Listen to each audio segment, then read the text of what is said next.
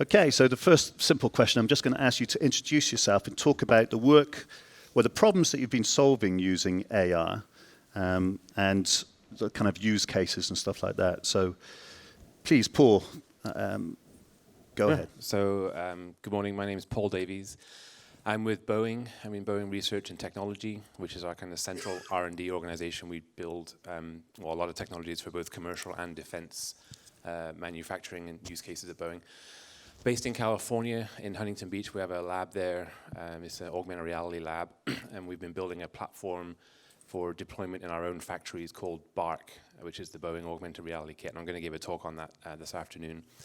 And really trying to just solve or improve the efficiency of airplane manufacturing, and that kind of manifests itself in a lot of different ways, which I'll explore later. But reducing time it takes to build airplanes, improving quality, reducing rework, things like that. So we've got a number of applications I think we'll have a chance to talk about today.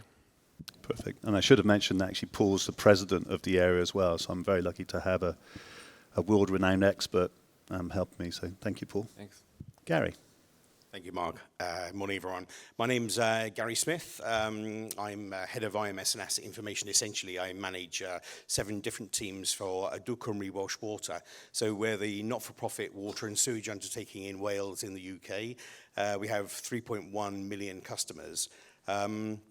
So we've been using AR and VR for a number of different applications, and tomorrow I'm speaking in this room on the challenges we faced around trying to manage safety and risk associated with the use of AR in particular. We have a couple of primary products, but the key AR one that we're going to sort of touch on, I think, today is our I1, which is our augmented reality works operational manual, which provides a lot of very complex technical detail to skilled and non-skilled technical operators to enable them to operate our plants safe and efficiently.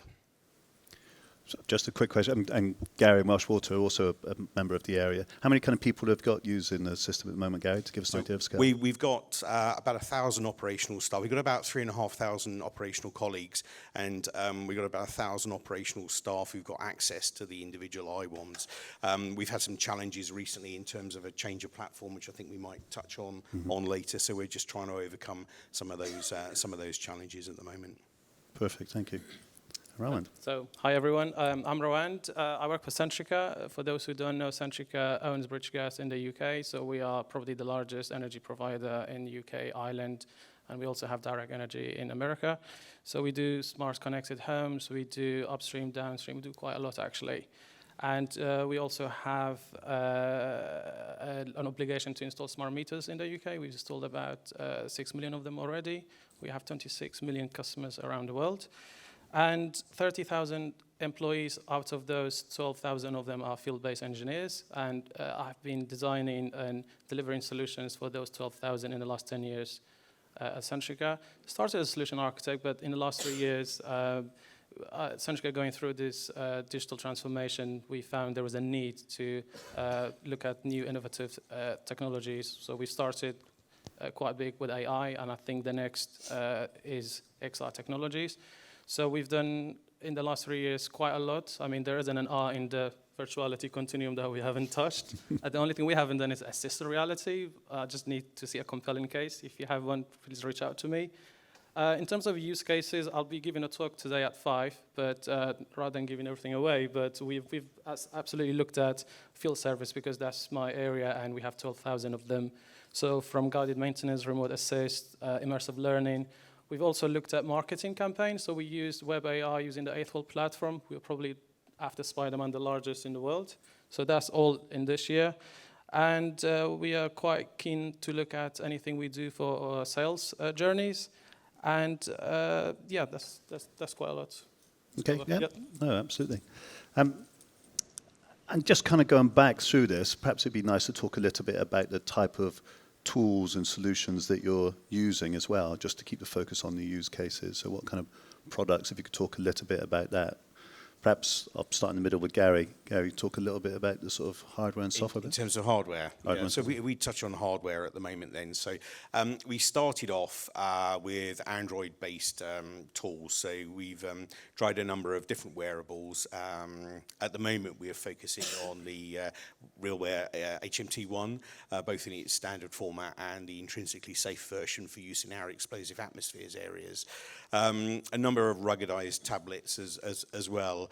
I sort of alluded in the introduction to a sort of change in focus as far as Duck and Welsh Water was concerned, and we've made a decision earlier this year to open up the operating systems in the business to include iOS, Windows, and Android tools. So we're going to be using a combination of ruggedized tablets, iPads, phones, as well as other wearables.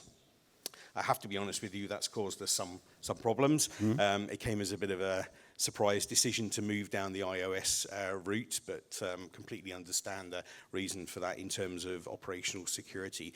But it does mean that we've had to do quite a lot of work on reworking our APKs to get them to work on iOS and also on the Windows environment as well. We've done a bit of work with Microsoft as well on HoloLens 2. I have to be honest with you, I've got no update since I pulled my presentation together from Microsoft about release date. I don't know whether anyone in the audience has got a release date for HL2. You might know a bit more than me. No, lots of shaking heads. So we're waiting for HL2 to land. We're not going to go for the Trimble version. One of the issues we're going to have with HL2 is battery life. We still don't know how long the battery life is going to be. So for us, whole shift applications are particularly important. So yeah, I guess that's where we are at the moment. Perfect. Thank you. Rawand? So we're waiting for HL2 as well. Everyone's. So for us, we are a heavy Microsoft organization. So we are currently rolling out the largest Dynamics 365 implementation, probably larger in Europe, if not the world.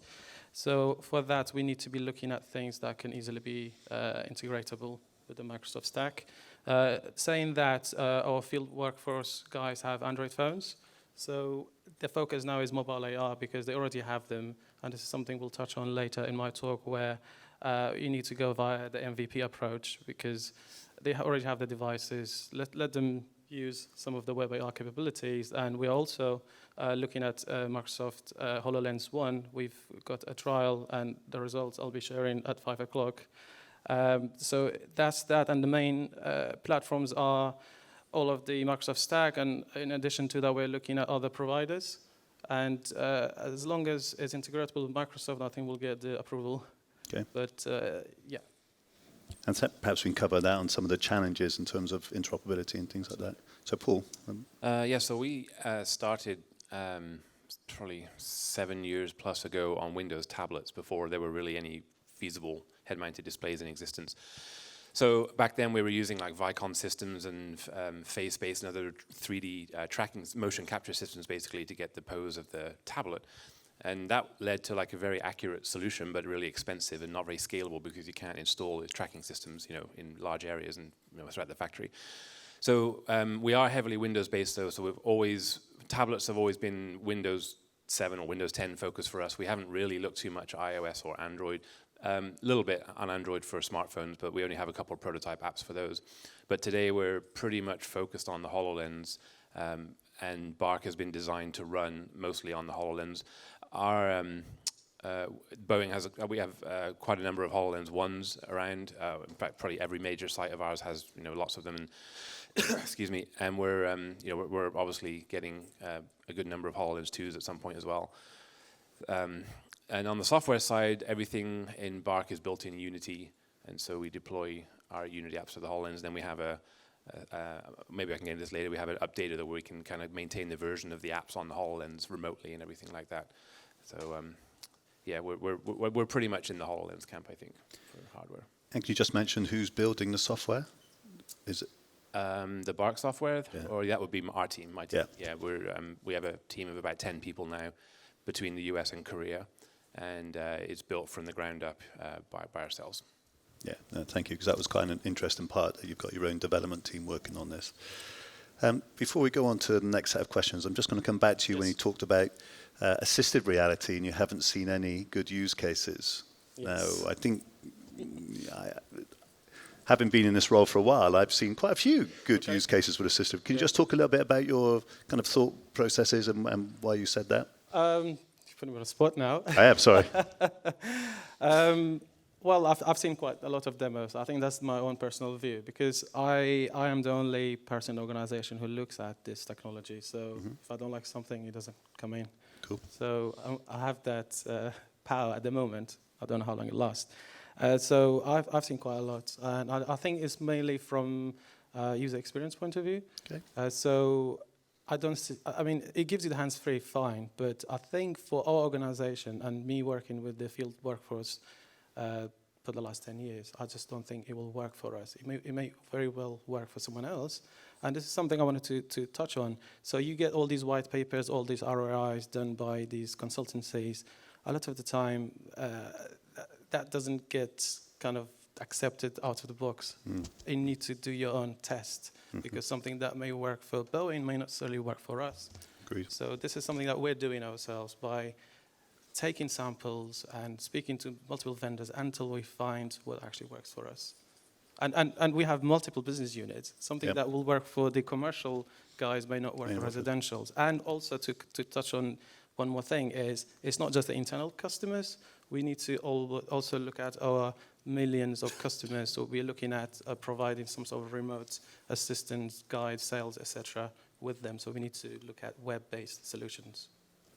Okay, that's a very good point in terms of, the use case needs to be very specific to that company. There are some kind of high level, you can call it remote assistance, but when you actually go down to the detail, you need to understand the organization, what their needs are and stuff like that. Absolutely, yeah. That's great. And that also takes us to the next question about ROI. My question is, show me the money. Can you talk a little bit about the kind of ROI that you've found within your organization? And I'd kind of like to caveat or add to that both tangible and any intangible things or benefits that you've seen. So, it's really important when you have to try and convince stakeholders to give you money to do these solutions, you need an ROI case. So perhaps you can talk a little bit about that. Maybe if I can start with you again. Yes. So I've got some numbers here, hence I've got the iPad because I'm not going to remember all the numbers. So we did a HoloLens trial. This was in conjunction with Microsoft themselves this year.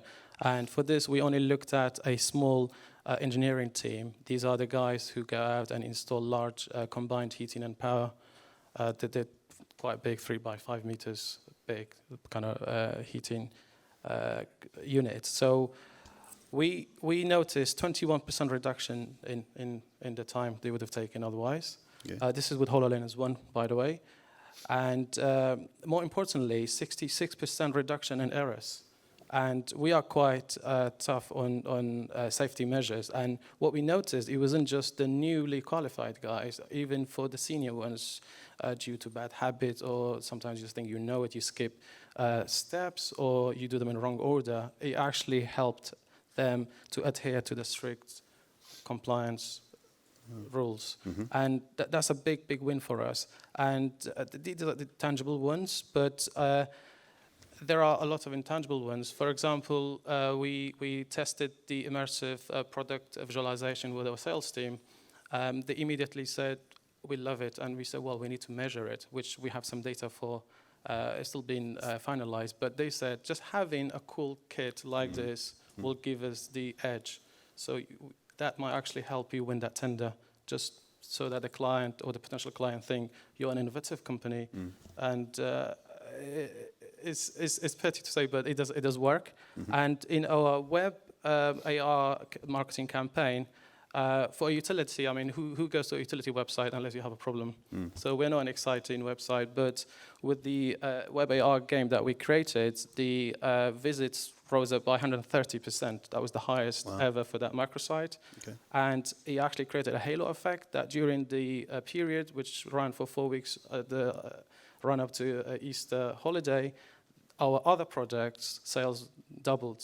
So that's what we call the halo effect. We weren't even expecting that.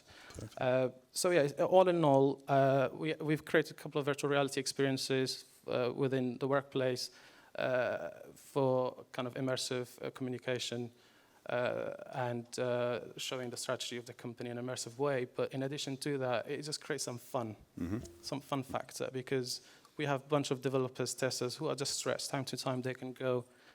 We have like table pools, etc. But then this is taking it to the next level. Perfect. So it's a bit of therapy going on Yeah. there. So yeah. No, I hear that a lot. That's great. Paul, if I can go over to your good self. Sure. So on the ROI topic, we did a study. We wrapped it up earlier this year, at the beginning of the year, and it was around the wiring installation use case inside of aircraft. So our manufacturing engineers will write what we call installation plans, an IP, and an IP is about 2 hours worth of physical labor for an electrician to install a wire. And so it may not even be the entire wire, but it's just a 2-hour chunk of work. And so we compared time to complete those IPs. It was on one of our production lines. We looked at 5 airplanes prior to implementing BARC and the HoloLens, and then we took a particular IP that we were going to do with the HoloLens, and then we averaged that out over the previous 5 airplanes to get a kind of baseline of how long that IP took to complete. And then we did, we took the time on the HoloLens going forward, and we did this over about 7 airplanes, and over 1,000 IPs were measured and compared in total. And what we found was, in fact, I think similar to the results just presented, about a 20% reduction in the time to complete the IPs on average. And some were higher and some were lower. Some were 5% reduction, some were 40%. And it just, my feeling is it depends on the complexity. Some of them are really intricate and difficult, small wires going in complex routing configurations, and some are just easy with big bundles going in a straight line. So on average, it was about 20% reduction. And then maybe more importantly, about an 80% reduction in the pickups, defects that were recorded by QA. And I say more importantly because there's like a lot of, and speaking to the kind of intangible, or perhaps the more harder to measure benefits, in QA pickups, there's a lot of overhead that's kind of baked into that, in terms of documenting, recording, coming up with a corrective action, and then if the work travels down the line, it all has to be tracked. So there's a lot of hours and labor associated with every defect. It's not just the time it takes to fix it, it's everything else that goes along with it. So that's really hard to measure, though, and also to convert to a dollar amount. And even if I had the dollar amount, I wouldn't be allowed to share it. But we've tried, and we've come up with different ways of doing it. But when you look at labor rates and replacement parts sometimes, delays, impacting other jobs that then get delayed, and all the overhead associated with tracking all that, becomes very, very difficult to calculate, an actual solid number. But in terms of percentages, I think we've got a pretty good story. Gary, go on, and come to you. Yeah, it's a difficult one, really, ROI.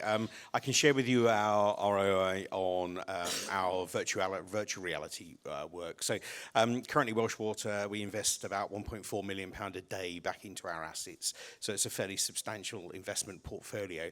What we can say is, in terms of our VR design and the interaction with operators to try and reduce design errors as we rebuild or rework works that are undergoing refurbishment, we've got our ROI back on one scheme. So that was a fairly impressive return on that original investment. In terms of the AR stuff, it's really about the cost of failure.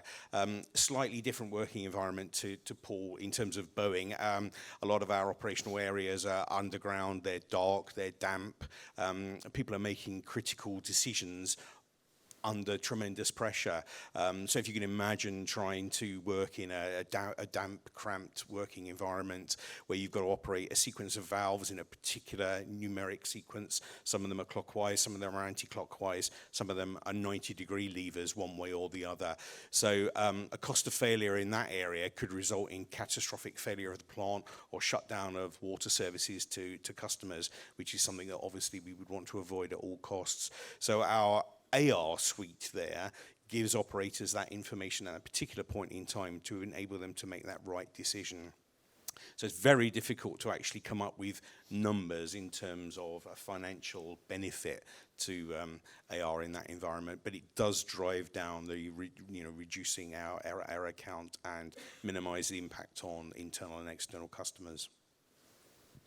Thank you, Gary. And within the area, we've done a lot of work on the ROI piece, and there's certainly some best practice that I would encourage people to do if you're looking to deploy, is do that measurement first of how you do it. I know it sounds really strange, but measure. You talked about looking at 5 different aircrafts and measuring that first, then you have something to compare and contrast. I know it's obvious, but it doesn't always happen.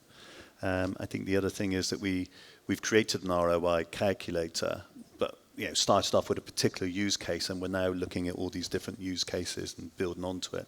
And one of the things we're hoping to do in the not too distant future is make that available to everybody, so we can start to build for the industry some ideas of particular use cases in particular industries, what the kind of ROI can be. Because I think we need as an ecosystem to be able to talk more about that. We've got some bits here and percentages, and it was kind of interesting they were quite close in the percentage bit. That may have... We didn't make it up, really.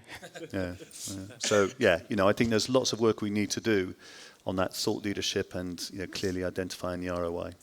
Just one thing I wanted to remind me of something. So something we borrowed from whether it's Amazon or Amazon Web Services. So before they start anything like this, they first write a press release, right, which makes you really think about the measurable benefits and what mainly the benefits are for the customer. Because some of the stuff I talked about, and you said it's hard to measure, is just creating a better customer experience and giving the customer that convenience. For example, the remote assist. So it will save us time, because we think 20% of the jobs that we attend to could be done by the customer. These are all the routines that are within health and safety brackets. But in addition to that, it gives them that comfort, the assurance.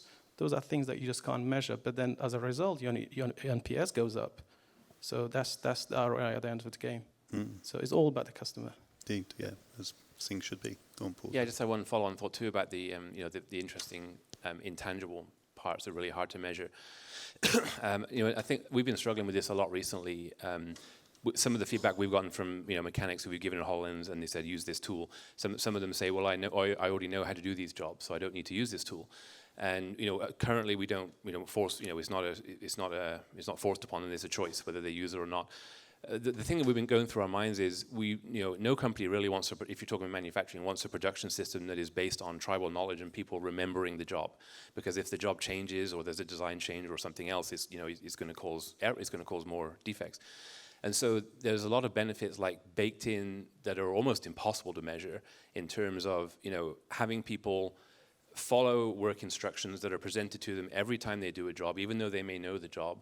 And then, when that person is out sick and another person comes in, you're not going to see a spike in defects or anything. Or, it's much more stable, much more controlled way of manufacturing. And like I said, almost impossible to measure that in terms of dollars. Yeah. And just to add another question to Paul, because I know, and I quite often cite the thing that there's quite a high percentage of your workforce that are our retirement age in the not too distant future. So you can talk a little bit about that and perhaps some of the kind of future ROI that you can get from using AI. Yeah, I mean, just following on from my previous thought, I've heard various statistics. I think, just to throw some out, maybe 30, 40, 50% of our employees are eligible within the next 5 to 10 years. I don't know the exact numbers, but it's kind of a lot. And that obviously worries the senior leaders. And so, we see AR as a way to take the tribal knowledge, or to have less reliance on tribal knowledge. And what we want is, as people retire, they leave, they're out sick for whatever reason, and new people come in, new hires, college hires, experienced people from other companies. We want to see a consistent production system in terms of rate and low defects and things like that. Can I just add on to that? A lesson learned, or one of the ideas that came at the back of the HoloLens trial was, back to your point about retiring engineering community, but in addition to that is a study that was done by Toby using eye tracking for Rolls-Royce, I believe. So a lot of times there's a lot of tacit knowledge in the experienced users' heads, but we don't tend to kind of recycle that. So we have a bunch of people who write the instructions, but they are not actually hands-on anymore, or maybe they used to be. So with something like that, you could actually capture how an expert does it. Mm-hmm. So maybe they skip steps, or maybe they do it in a different way. So I think that's very important, especially eye tracking now being embedded to HoloLens. I think that helps, so you can use the same device for multiple purposes. So we're looking at that. Yeah, and I've kind of heard of some solutions that can then deploy that across the whole workforce. So one person gets a little bit more efficient by doing a process, but if everybody does it, you can times it by an X factor as well. Yeah, I mean, I'd agree, Mark. The whole ethos for us is very much like Paul saying. A lot of our employees are due to leave between the end of 2019 and 2024, the end of that AMP period. The new employees that are coming in, the graduates, they're all over their smartphones. They want to do everything remotely. They want to use tablets, whatever technology that they can. And it is about the repeatability of that instructions. And we see a lot more multi-skilling now in craftspeople. So no longer do you have an electrician and then a mechanical fitter going out to do individual items. Those multi-skilled employees, which get a reward for being multi-skilled, are able to do all sorts of different activities with the use of AR in different environments. So Wales is a huge geographical area, and rather than just having individual teams who work on particular assets, we're now able to send them out, theoretically, across the whole of Wales. In reality, we chunk Wales up into regional areas because it's still fairly large geographically, but multi-skilling and the willingness to use that technology is definitely there. Sorry, I'm just giggling. Wales is not huge. Okay, we're in Germany. We're in Europe. Wales is a tiny, tiny little thing. For a country mouse like me, Wales is huge. Okay, perfect. Just add on to that. You can actually then train people on the field. So currently what we do a lot of academies in class training rooms. But then you could then have the engineers still out on the field and train them remotely in that case. So that's another big win for us. Yeah. We were talking earlier when we were having coffee about one of the new policies we've just brought in the last couple of weeks within the business around employee tracking. So that's been a real success story for us. So we're now able to track our employees in real time in terms of where they are and what they're doing. So tie that in with the AR use cases. We're able to task them fairly quickly to urgent scenes. Okay, well, kind of following on from that theme and talking, so there's some great kind of tangible ROI and some intangible things we've covered. The next set of questions I want to do, and then I'm going to open up for questions for you guys, is talk about some of the challenges that you've had to endure to get these solutions implemented. Okay, and maybe if we just follow on with that ROI theme, we're kind of all nice talking about these percentages and stuff like that. What kind of tips and what have you done to convince your stakeholders or your budget holders to deploy AR? So let's talk about the kind of the human financial side first, and then we can talk about lots of other kind of challenges. Maybe Paul, start with you, as someone's been doing it for 7 years plus, so felt this pain for a while. Yeah, sure. So it does tie back to ROI, because the leaders look, they look for where the benefits are going to be, and that's where they invest their money.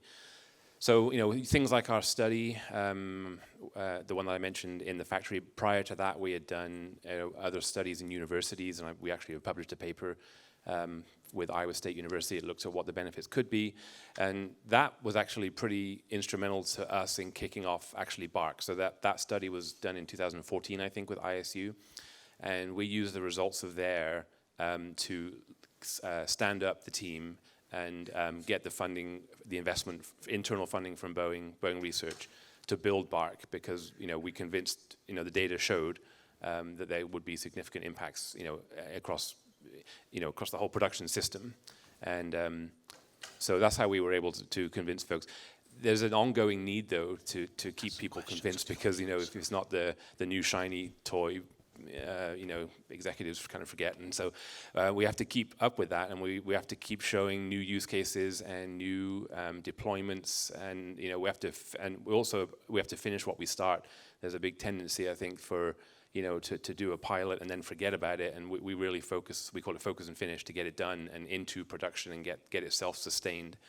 And leaders need to see that, and they need to see, in at least in my experience, new use cases, new problems being solved.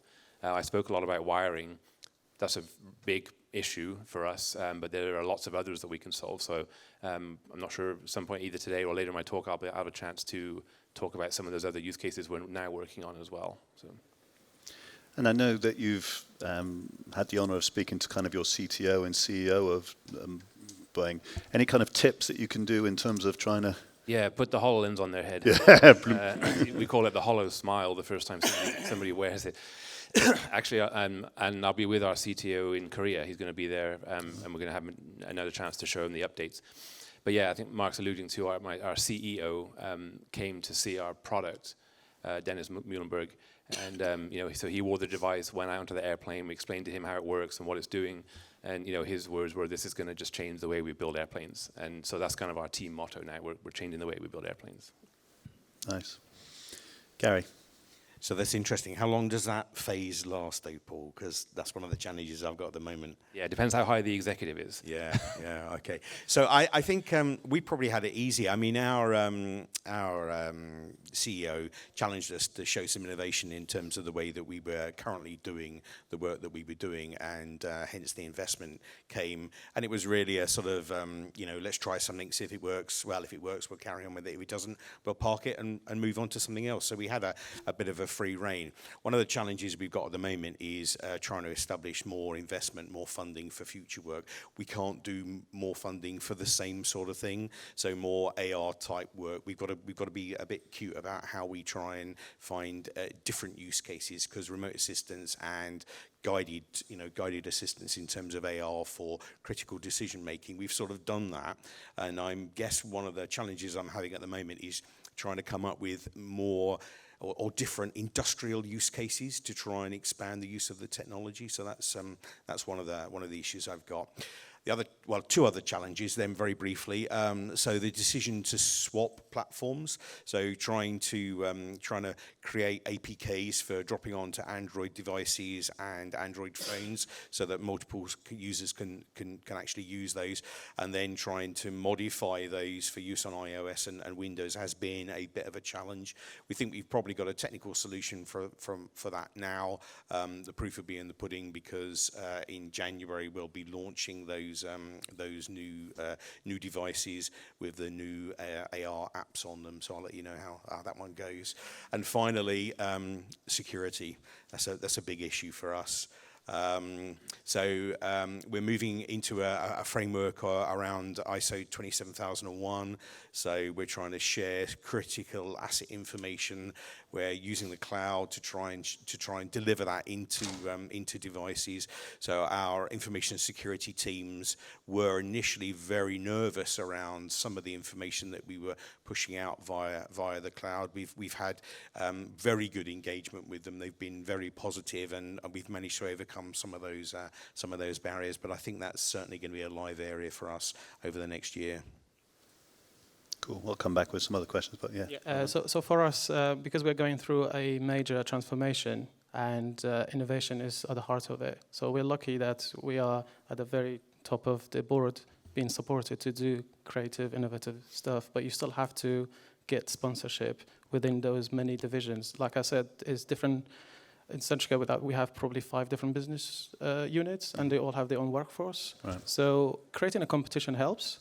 So you get to the board level, and you like the C-level we talked about, the HoloLens does help.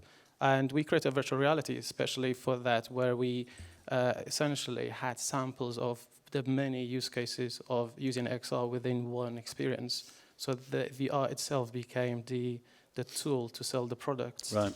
And once you get there, you create a bit of competition, but then there's always about internal POCs. What we've learned that if you just write a business case with some futuristic numbers, it doesn't go as far as you would like unless you have an internal POC to prove that. Right. And to get a POC, you need some money. But if you work with third parties who have success programs, etc., you can get them much quicker using the expertise. We've learned that. And also, we talked about privacy earlier. I mean, we are trialing remote assist that we go into customers' homes. And the technology is that everyone's ready, but we don't have the right approvals yet because GDPRs and some other factors come into the picture. So we are now looking at computer vision and AI to blur out any other people that shouldn't be in the picture other than the boiler. Okay. So there are ways around it, but obviously that will take time. Yeah. So do your research, be prepared, and do internal POCs and create competition.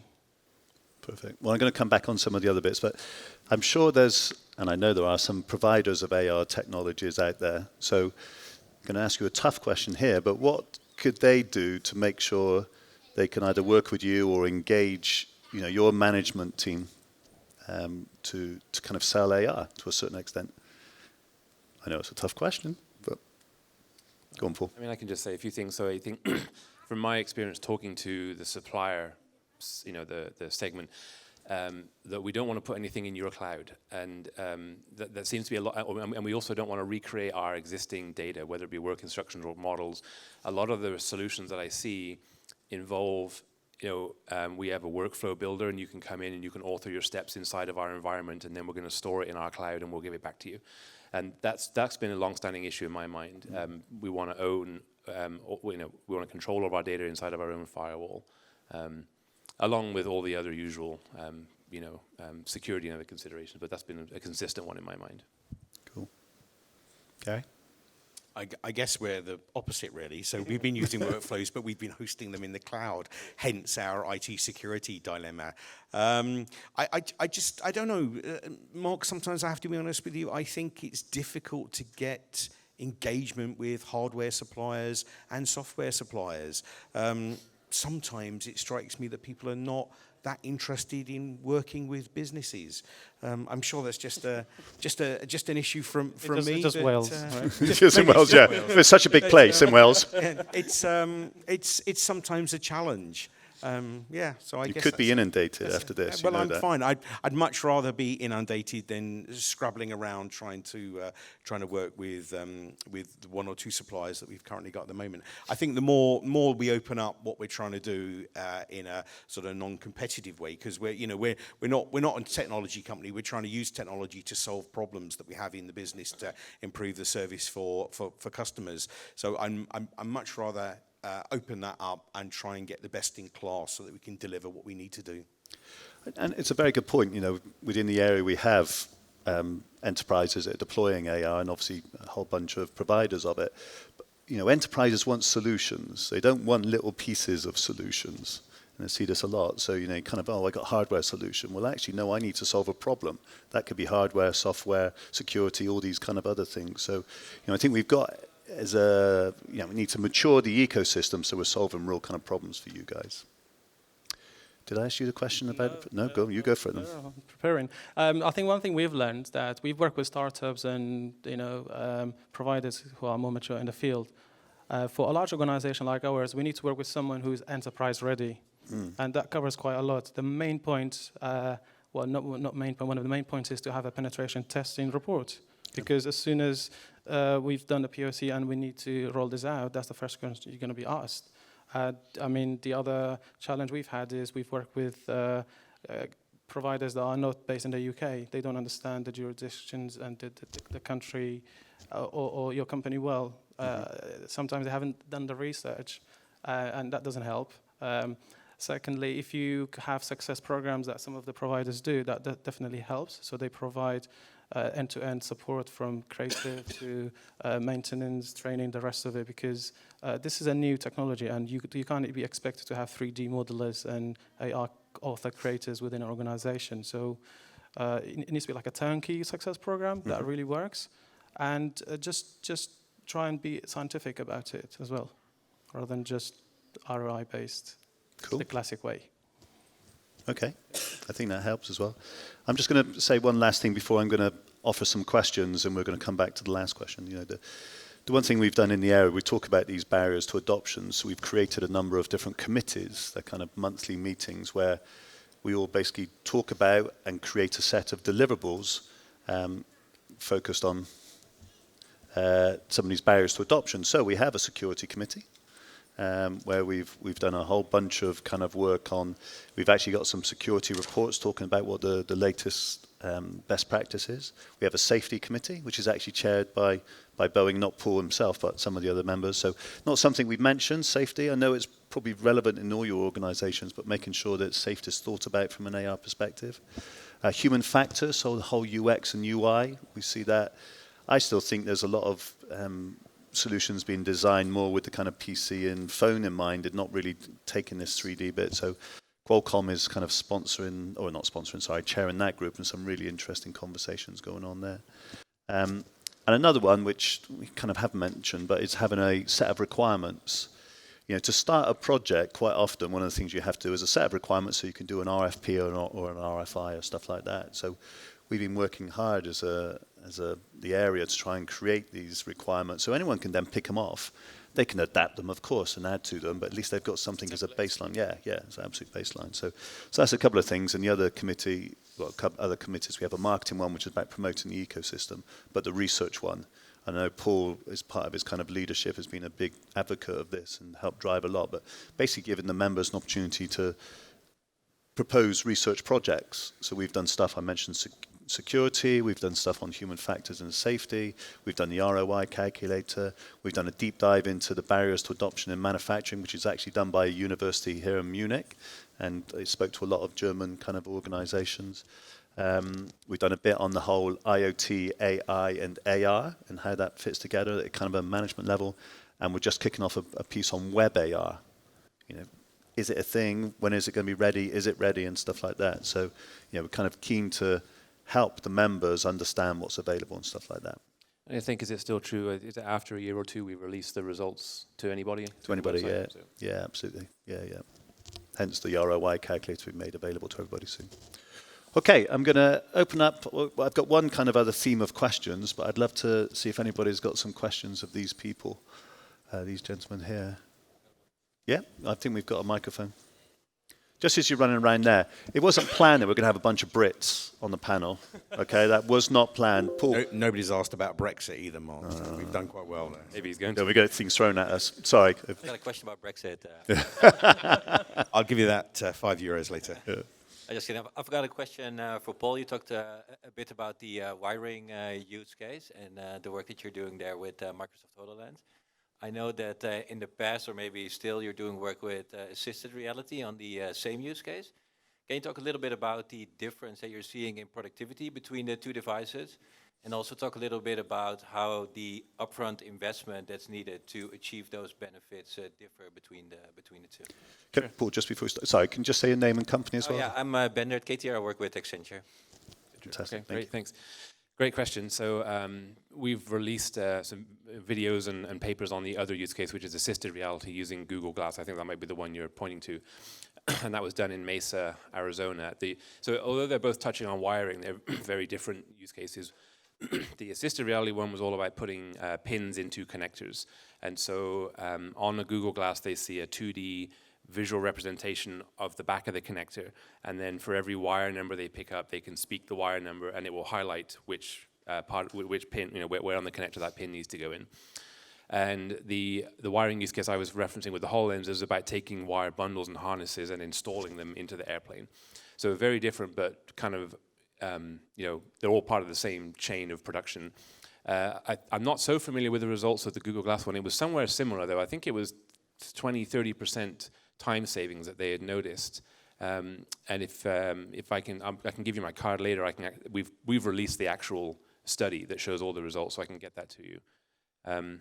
And the second part of the question was, I'm sorry.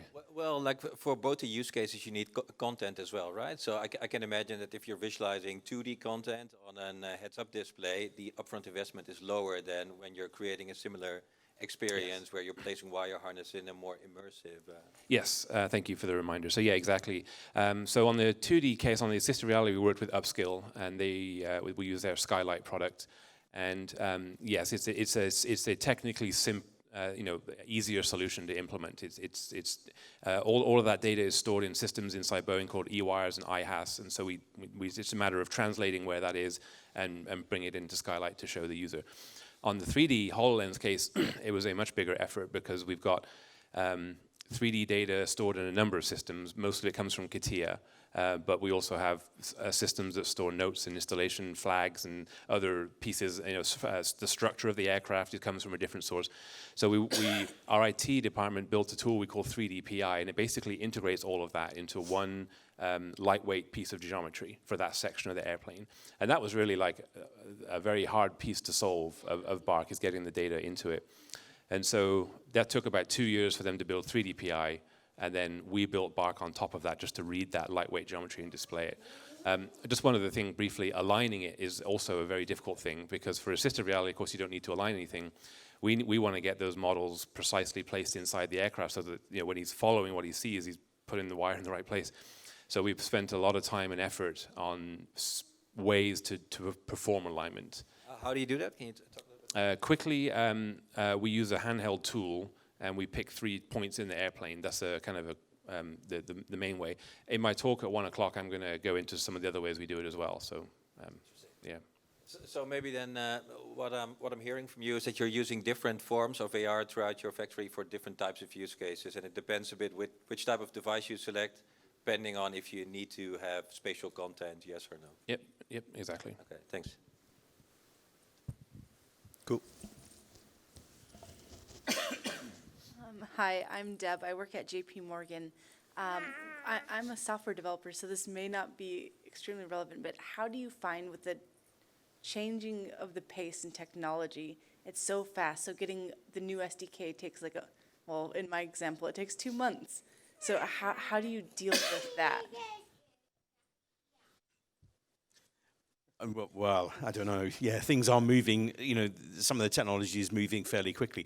I mean, for us, we draw a line in the sand and say, well, okay, this is the technology we're going to use now. We'll develop to that, and we'll run with that for 12 months, and then we'll reinvest or reinvigorate that piece, and then move forward from there. So we tend to do it in planning chunks rather than trying to be agile. Sort of as I said earlier, we're not a technology company. Our primary focus is to deliver excellent quality drinking water to our customers, but we use the technology to make sure that what we do is repeatable and it doesn't impact on other users. So yeah, do it in chunks, sort of agile sprints, as it were. But rather than a 6-week agile, it would be a sort of 12-month agile process and then move on. Great. I mean, I'll just quickly add on. It's very difficult, actually, and as I think you're alluding to, I mean, and you mentioned drawing a line in the sand, and when we try to do that too, and we say, okay, we're going to take this set of currently available technology and we're going to drive it into production, which might take us 12, 18 months. And it seems like as soon as you draw the line in the sand, there's something new, and even people inside your own company are saying, why are you wasting your time with that? It's old. And it's really difficult to manage. Yeah. Cool. Okay. Oh, we have sorry. We got some chance for some more. I've got one more question, but please go on. Hi, good morning, gentlemen. This is a question for Gary, and it's specifically relevant to how do you go about managing the internal change management process associated with implementing any of these new technologies? Because we know that technology will prove itself, but, and with the greatest respect to your workforce at Welsh Water that are out in the field, we've got very experienced, I would say, very set in their ways employees, and you're introducing new hardware, new solutions. How do you go about making sure that that technology is embraced by them and not just something that's going to be redundant and stuck in the back of the van? That's a fantastic point, really. You're absolutely right. I mean, the operators that we have are very experienced. Lots of them have been in the business 20, 30, even 40 years. We actually didn't have a fantastic barrier to adoption. They were surprisingly, even the sort of die-hard Luddites were surprisingly keen to pick up their technology.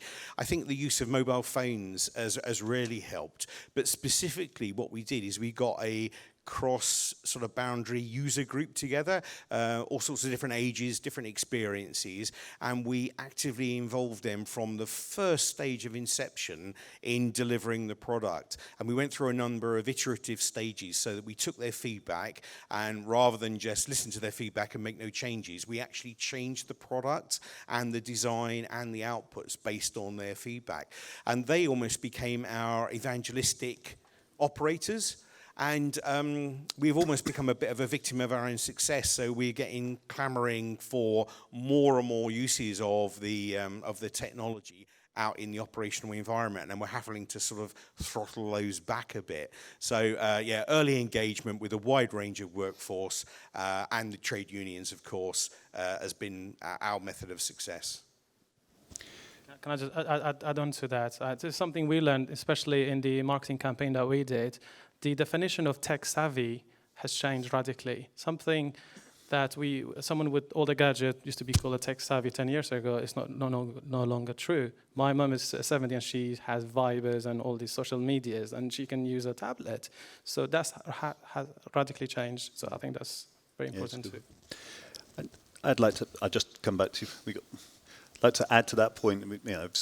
been lucky enough to speak to a lot of companies, and the ones that treat AR as a change management activity rather than a piece of technology seem to do better. I know it's kind of obvious, but really get the users involved. I think Gary's point on making sure that you listen to them and make the changes, a lot of times say, no, I'm not really interested in that. That's a real opportunity for failure. I know the little story, Newport News Shipbuilding build those big aircraft carriers in the US, one of our members. They picked the oldest, gnarliest, moaniest person. And because it solved problems, using AR solved problems for them, he'd become the biggest evangelist. And it was almost like, wow, we'd never think that this person was going to be like that. So those kind of little tools and tactics, I think, are really important. And as I say, it's a change management process. So. Yeah, so related question. I'm Nick Rimmer from AdLens. Is the hardware good enough today? We've heard sort of concerns about battery life, screen resolution, comfort on the face. It'd be interesting in your comments on that. Well, I can give you a view. Well, tomorrow, one of the things I'm dealing with is around health and safety and risk management in the use of AR. So that's my primary focus at 2 o'clock tomorrow here. For me, I feel as if the hardware is sort of stalled. The HMT is a fantastic piece of kit, and it works really well for us. Full shift battery life. We have no association with the manufacturers, but it works for us. We trialed some other equipment earlier this year, and the resolution was less than the HMT was able to offer us. HL2 may well give us some new functionality. I mean, it's got some things which we definitely need to know, but we're being, the information is sparse. So I'm waiting for the next great leap forward, and I'm not quite sure what that's going to be. HoloLens 6, my colleague is telling me. I don't know. We'll see. Thanks, Nick. Well, and the last kind of question I've got is basically on that. What needs to happen next? Okay, what kind of improvements are needed in the ecosystem?